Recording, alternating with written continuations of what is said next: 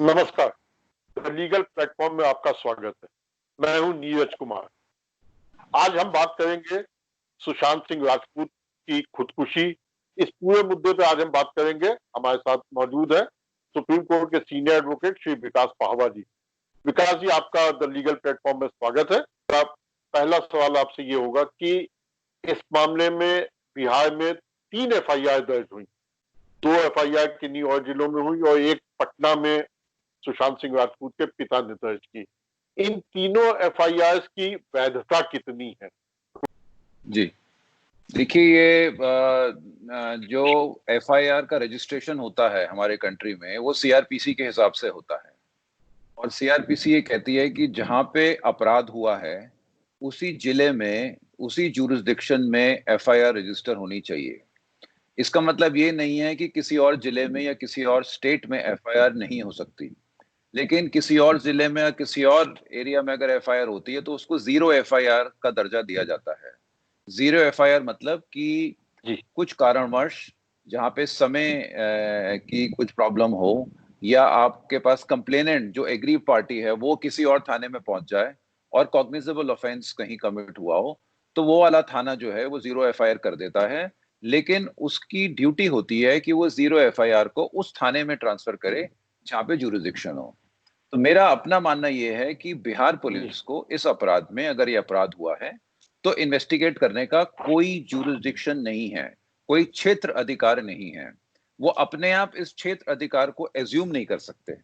ऐसे अगर सिस्टम चलने लगा तो कोई भी स्टेट कभी भी किसी भी समय किसी भी अपराध को रजिस्टर कर सकती है और अपनी कॉन्सेंट दे सकती है और आगे सीबीआई की इन्वेस्टिगेशन हो सकती है। तो मैं समझता हूं क्योंकि ये सारा इंसिडेंट जो है वो बॉम्बे में हुआ है, बॉम्बे में पोस्टमार्टम हुआ, बॉम्बे में हैंगिंग हुई, बॉम्बे के विटनेसेस हैं, बिहार से इसका कोई मतलब ही नहीं है। तो मैं नहीं समझता बिहार पुलिस को इस अपराध को इन्वेस्टिगेट करने का कोई क्षेत्राधिकार है। वैसे सुशांत सिंह राजपूत के पिता ने एक ये दलील दी है कि वो चूंकि मुंबई जाने में असमर्थ है, अकेले हैं, और इस वजह से, और उन्होंने एक दलील ये भी दी है कि मुंबई पुलिस ने 40 दिन तक जांच की और अभी तक इस मामले की एफआईआर दर्ज नहीं की है। तो इस वजह से वो एक मतलब मजबूरी में या फोर्स होकर, क्या कहते हैं, उनको एफआईआर दर्ज करानी पड़ेगी।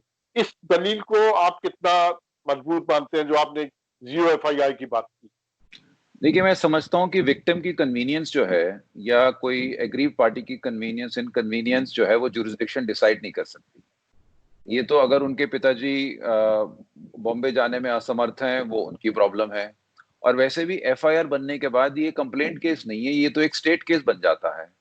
तो ये कंप्लेनेंट या एग्रीव पार्टी को तो केवल एक अपनी कंप्लेंट जो है या अर्जी जो है वो थाने में देनी होती है। उसके बाद ये स्टेट का मुकदमा बन जाता है और स्टेट को इन्वेस्टिगेट करना होता है। तो मैं समझता हूँ कि पार्टी की कन्वीनियंस से जुरिडिक्शन नहीं बनता। दूसरी बात जो आप कह रहे हैं कि मुंबई पुलिस ने 40 दिन या 46 दिन, अब मेरे ख्याल में 50 दिन हो गए हैं, अभी तक एफआईआर दर्ज नहीं करी। वहां मुझे लगता है कि शायद कहीं ना कहीं उनकी देरी रही, जिसकी वजह से ये सारी कॉम्प्लिकेशन अराइज हुई। तभी वो सुप्रीम कोर्ट गए। अगर मुंबई पुलिस समय से अपनी इंक्वायरी को समाप्त कर देते, कंक्लूड कर देते, तो शायद ये समस्या या कंट्रोवर्सी आज अराइज नहीं होती। तो उनको जल्दी से जल्दी कोई एक्शन लेना चाहिए। अगर एफआईआर बनती है उनकी इंक्वायरी के हिसाब से तो एफआईआर करनी चाहिए, और अगर नहीं बनती है तो इंक्वायरी क्लोज कर देनी चाहिए। जी जी।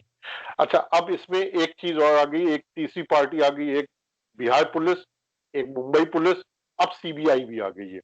बिहार पुलिस ने कहा कि हम सीबीआई को जांच सौंपेंगे। उन्होंने सारे कागजात भी सीबीआई को दे दिए हैं जो उनकी अपनी जांच है। सेंट्रल गवर्नमेंट ने भी ऑर्डर कर दिया कि हाँ, सीबीआई जांच करेगी। राइट?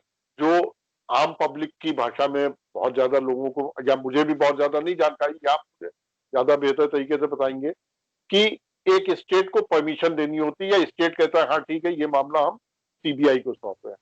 वो राइट, क्योंकि घटना मुंबई में हुई, इसलिए वो महाराष्ट्र पुलिस या महाराष्ट्र स्टेट का अधिकार है कि वो सीबीआई को इनवाइट करे कि हाँ भाई, अब आप इस मामले की जांच कीजिए। तो अब आप इसको किस तरीके से देख सकते हैं कि बिहार गवर्नमेंट भी कह रही है कि हाँ सीबीआई जांच कर, सेंट्रल गवर्नमेंट ऑर्डर दे रही है, कि सीबीआई जांच करे।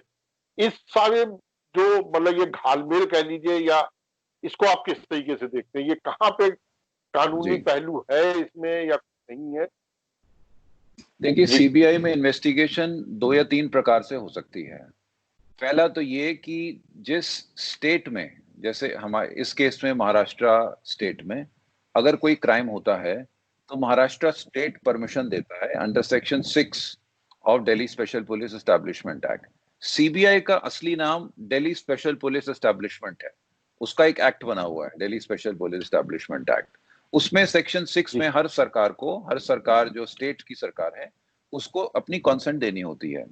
या तो स्टेट अपनी कॉन्सेंट दे, या फिर हाई कोर्ट आर्टिकल 226 में, या सुप्रीम कोर्ट आर्टिकल 30 में डायरेक्शन दे सकती है। मैं ये समझता हूं कि सेंट्रल गवर्नमेंट ने जो ये एफआईआर करी है सुप्रीम कोर्ट में मैटर पेंडिंग होने के बावजूद, वो मेरे ख्याल में वो ठीक नहीं किया उन्होंने। क्योंकि सुप्रीम कोर्ट के पास पावर थी। अब जब उनके यहाँ बहस होगी 2 या 3 दिन के बाद, उनके पास रिट ज्यूरिसडिक्शन में आर्टिकल 32 में पावर है कि वो सीबीआई को इन्वेस्टिगेशन हैंडओवर कर सकते थे। अब सुप्रीम कोर्ट ने तो हैंडओवर किया नहीं, इन्होंने अपने आप बिहार की परमिशन पे, बिहार के नोटिफिकेशन पे एफआईआर दर्ज कर ली। मेरे हिसाब से जब बिहार को ही ज्यूरिसडिक्शन नहीं है इन्वेस्टिगेट करने का, तो बिहार की कॉन्सेंट का तो कोई मतलब ही नहीं है। बिहार की कॉन्सेंट जो है वो अनकॉल्ड फॉर है। तो मेरे हिसाब से ये जो सीबीआई की एफआईआर है, ये टोटली इलीगल एफआईआर है, दैट इज बियॉन्ड ज्यूरिसडिक्शन। और कहीं न ये कहीं जी और कहीं न कहीं ये महाराष्ट्र सरकार का जो अधिकार है, उसका भी हनन एक तरीके से, मतलब उसका इंफ्रिंजमेंट आप कह सकते हैं, जो जी जी कानूनी तौर पे महाराष्ट्र सरकार का जो अधिकार है कि सीबीआई जांच होनी चाहिए किसी मामले की या नहीं होनी चाहिए। देखिए, महाराष्ट्र सरकार की इंक्वायरी में देरी जरूर है, लेकिन उनकी जो इंक्वायरी है वो लॉ के मुताबिक है। हाँ, उनको जल्दी कर लेना चाहिए था, बट इसका मतलब ये नहीं है कि आप उनसे उनका अधिकार छीन लीजिए। तो मैं समझता हूँ कि ये सीबीआई की जो एफआईआर है, जो नई एफआईआर रजिस्टर हुई है, इसको जरूर कोई ना कोई पार्टी जो भी एग्रीव्ड होगी उसको चैलेंज जरूर करेगी ऑन द ग्राउंड की ये Delhi special police establishment act के दौरान नहीं है। सेक्शन 6 ये कहता है कि आप जिस स्टेट में जाके इन्वेस्टिगेशन करना चाहते हैं, उस स्टेट की परमिशन चाहिए। इस केस को इन्वेस्टिगेट करने के लिए आपको बिहार नहीं जाना। सीबीआई को अगर ये इन्वेस्टिगेशन करनी है तो बिहार नहीं जाना, उनको महाराष्ट्र में जाना है। इसलिए महाराष्ट्र स्टेट जी की कॉन्सेंट ज्यादा जरूरी थी, जो अभी तक इन्होंने ली नहीं। तो मैं समझता हूं कि ये जो आरसी रजिस्टर हुई है, ये आरसी अनकॉल्ड फॉर है, और ये बियॉन्ड ज्यूरिसडिक्शन जिसे कहते हैं। अगर कोई कोर्ट इसकी वैलिडिटी चेक करेगी तो शायद वो उसको कल सेट असाइड कर सकती है। जी। अच्छा, एक चीज और है इसमें जो पूरा मामला है, मतलब एक तो सुशांत सिंह राजपूत, उनकी फैमिली, बिहार स्टेट और सेंट्रल गवर्नमेंट, जिन लोगों ने सीबीआई की डिमांड की और सीबीआई जांच की डिमांड की और सीबीआई जांच शुरू हो गई। दूसरी ओर रिया चक्रवर्ती, जिनका सीबीआई की एफआईआर में जिनका नाम, वो खुद भी डिमांड कर रहे हैं कि सीबीआई जांच हो। तो जी यहाँ पे एग्रीड पार्टी और एक्यूज दोनों सीबीआई की जांच की मांग कर रहे हैं, एक चीज। दूसरी चीज उसमें यह है कि जो रिया चक्रवर्ती, उन्होंने ये मामला जो पटना में एफआईआर दर्ज हुई है उसको बॉम्बे मुंबई ट्रांसफर करने की बात की है। उसके लिए भी अब जी उन्होंने अर्जी दी है कोर्ट में। जी अब अगर जो पटना वाली एफआईआर अगर इलीगल है या गलत है, तो उसको ट्रांसफर कैसे किया जाए? क्या कोर्ट को इसमें कहीं ना कहीं एक स्टैंड लेना पड़ेगा जब ये जी मामला कोर्ट के सामने आएगा, देखिए देखिए, कोर्ट ताकि के चीजें सामने, बिल्कुल जी, कोर्ट के सामने 2 या 3 लीगल इशू आएंगे जब बहस होगी इसमें। पहला तो ये है कि बिहार की जो एफआईआर है वो ट्रांसफर होनी चाहिए नहीं। मेरा मानना यह है, बिहार की एफआईआर तो अब एग्जिस्ट ही नहीं करती, क्योंकि बिहार की FIR has been culminated into FIR of CBI. To see तो वो तो वहां पे ट्रांसफर हो जी गई है। तो अब तो उनको सीबीआई की एफआईआर की वैलिडिटी चेक करनी है, और उसके बाद ये डिसाइड करना है कि क्या सीबीआई इसको इन्वेस्टिगेट कर सकता है या नहीं। क्योंकि सीबीआई की आरसी में लिखा है कि ये it's a case of transfer. तो ये बिहार से केस ट्रांसफर होकर सीबीआई आया, सीबीआई ने अपने आप रजिस्टर नहीं किया। तो जो बिहार की एफआईआर है वो नॉन एग्जिस्टेंट हो गई है।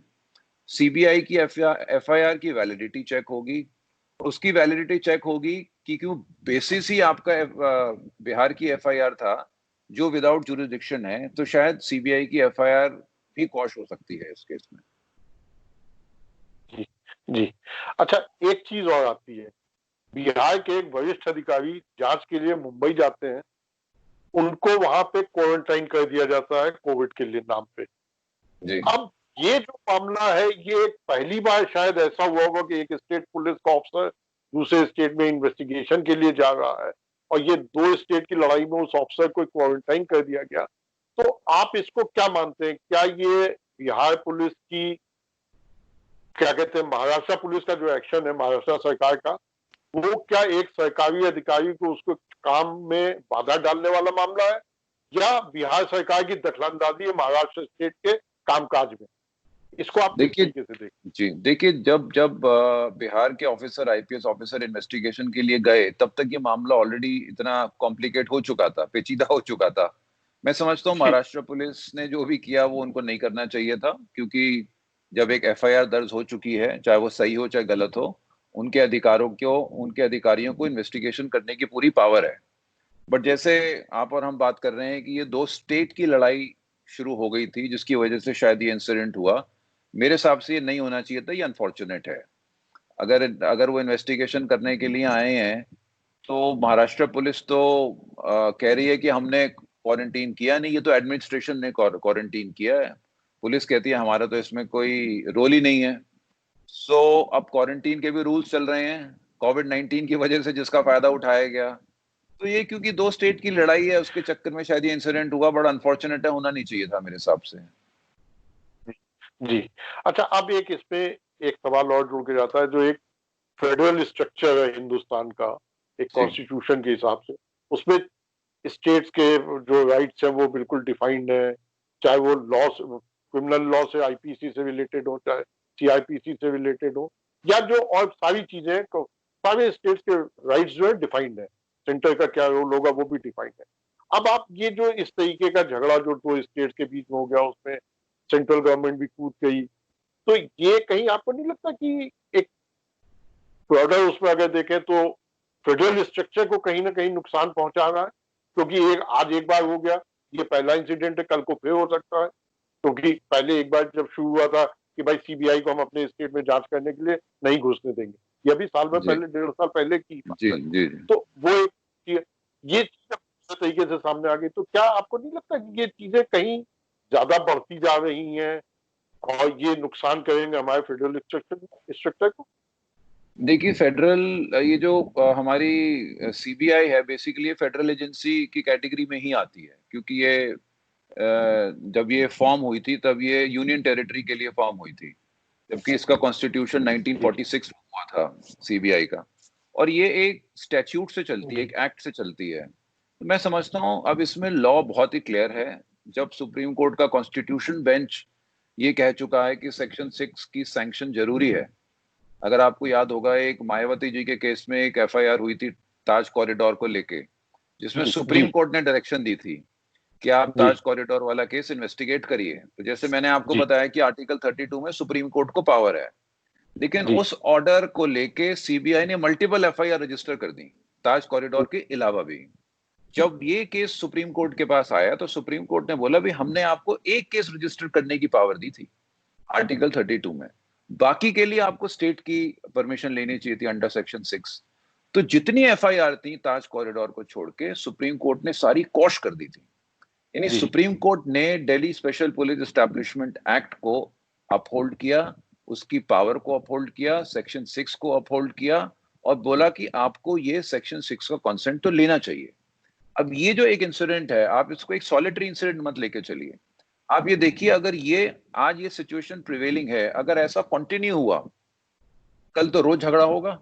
आप जी अगर यूपी में किसी केस को इन्वेस्टिगेट करना चाहेंगे, तो यूपी अगर स्टेट आपको कंसेंट नहीं देता, तो आप बिहार से, उड़ीसा से, आप झारखंड से जाके एक केस रजिस्टर कराइए। वहां से सीएम साहब परमिशन देंगे, परमिशन सीबीआई के पास आएगी, सेंट्रल गवर्नमेंट एग्री कर जाएगा।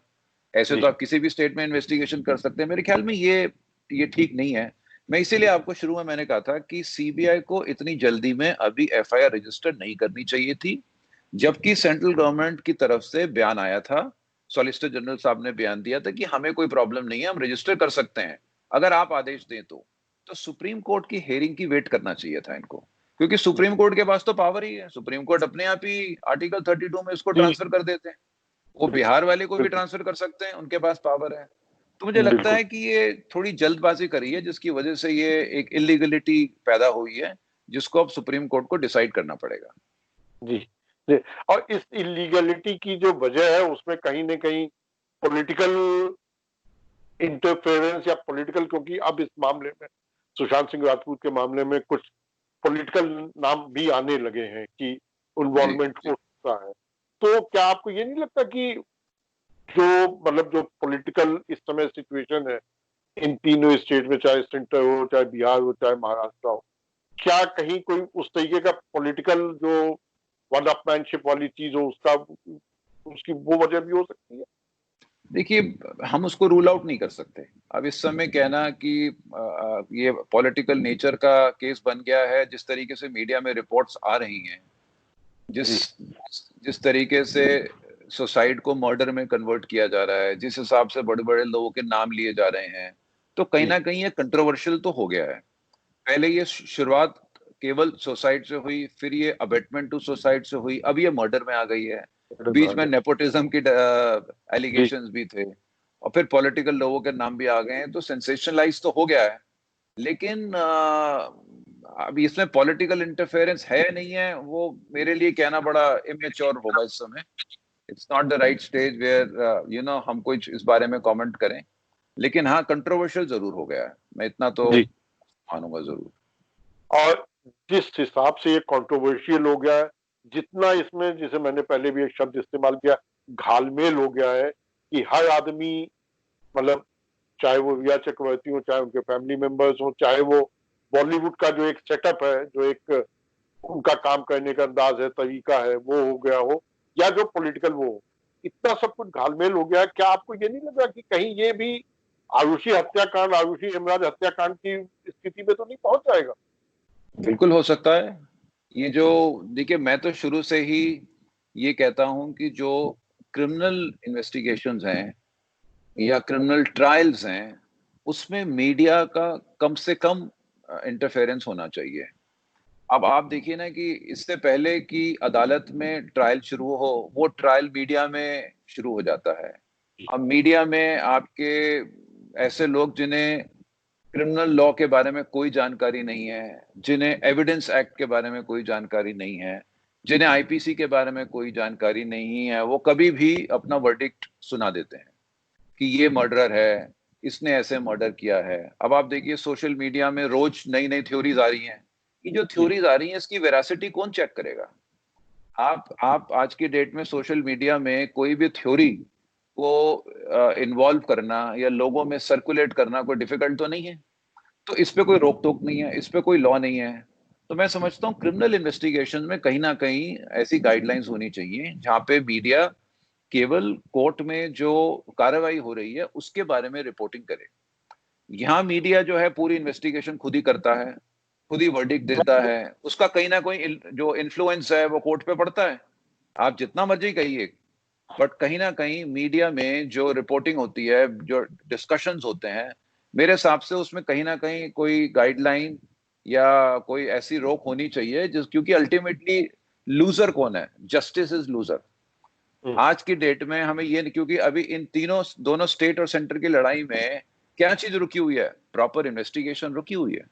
जिसने अगर वो क्राइम किया जी। है उसके बारे में कोई जानकारी नहीं है। 100 किस्म की थ्योरीज आ रही हैं, 100 किस्म की थ्योरीज डिस्कस हो रही हैं, सारी इंफॉर्मेशन डिस्टॉर्ट हो रही है। सो मैं समझता हूँ कहीं ना कहीं ये रेगुलेशंस ऐसे होने चाहिए जो इन सब चीजों को रोकें। क्योंकि अभी एक मैं कहीं पढ़ रहा था कि एक किसी क्या कहते हैं, मीडिया उस हाउस में एक स्टिंग ऑपरेशन भी किया गया और उसके बेसिस पे ये बताया गया कि हाँ ये मर्डर हो सकता है, या जी ये क्या कहते हैं फाउल प्ले हो सकता है। ये भी एक स्टिंग ऑपरेशन है। लेकिन जब आप मीडिया पे रोक की बात करते हैं तो एक ये भी है कि मीडिया का काम भी है कि सच्चाई को सामने लाना। देखिए, ये मेरे हिसाब से ये interference in administration of justice है। ये जो स्टिंग ऑपरेशंस हैं, आप स्टिंग ऑपरेशन किसी ऐसे इंसिडेंट का जिसकी किसी को कोई जानकारी नहीं है जरूर करिए, आपके पास पूरी पावर है। लेकिन स्टिंग ऑपरेशन इन्वेस्टिगेशन में, जहां पे एक स्टैट्यूटरी अथॉरिटी, एक पुलिस अथॉरिटी, स्टेट की भी पुलिस हो सकती है, सीबीआई की हो सकती है, अगर आप उसमें कहीं ना कहीं ऐसे स्टिंग ऑपरेशंस कर रहे हैं, या आप ऐसे उनके जो एविडेंसेस हैं, उनके विटनेसेस को आप इन्वॉल्व कर रहे हैं, कहीं ना कहीं आप उनको ट्यूटर कर सकते हैं। मैं समझता हूँ that is an interference in administration of justice.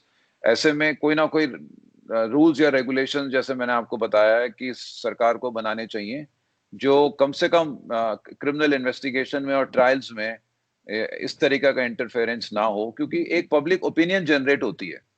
अगर ये मैं किसी चैनल के बारे में नहीं कहना चाहता, लेकिन हाँ, कोई भी चैनल हो XYZ, अगर वो इस तरीके का स्टोरी कर रहा है तो वो एक पब्लिक ओपिनियन जनरेट कर रहा है।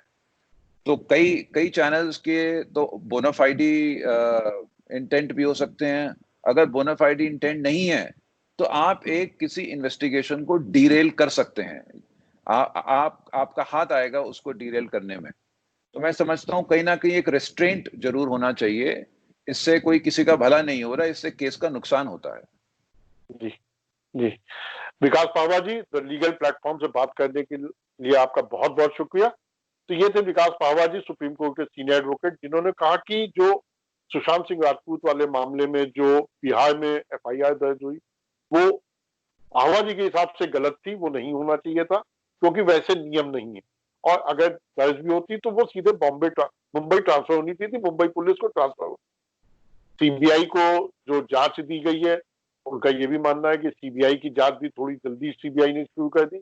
उनको वेट करना चाहिए था कोर्ट के फैसले का या कोर्ट के वर्डिक्ट का, कि सीबीआई के लिए कोर्ट क्या कहती है।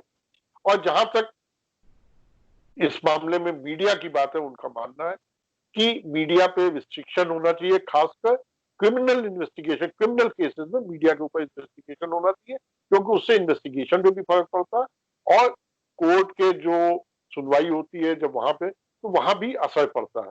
विकास पावा जी, आपका बहुत बहुत शुक्रिया।